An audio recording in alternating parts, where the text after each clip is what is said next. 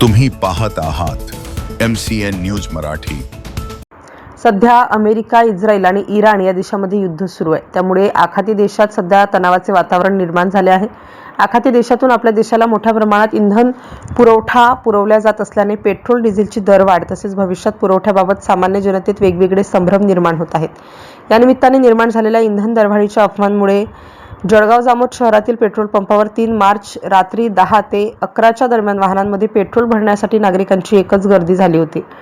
इंधन दरात वाढ होत असल्याची अफवा पसरल्याने शहरातील बऱ्हाणपूर रोडलगत असलेल्या पेट्रोल पंपावर मोटारसायकल, ट्रॅक्टर, ट्रक आणि इतर वाहनांची पेट्रोल भरण्याची एकच तोबा गर्दी जमली होती। शेकडो लोक विविध प्रकारची वाहने घेऊन या ठिकाणी रांगा लावून उभे होते। मोठ्या प्रमाणात गर्दी झाल्याने पेट्रोल पंप व्यवस्थापकांनी या लोकांना समजून सांगण्याचा प्रयत्न केला, परंतु कोणीच ऐकण्यास तयार नसल्याने या ठिकाणी उपस्थित ग्राहकांनी मोठ्या प्रमाणात राडा करण्याचा प्रयत्न सुरू केला। अखेर जळगाव जामोद पोलीस स्टेशनचे ठाणेदार नितीन पाटील आणि त्यांचा स्टाफ या ठिकाणी उपस्थित राहून तेथील ग्राहकांना घरी परतवून लावले आणि पेट्रोल पंप व्यवस्थापकाने सुटकेचा श्वास सोडला। MCN न्यूज मराठी करिता अर्शद इक्बाल, जळगाव।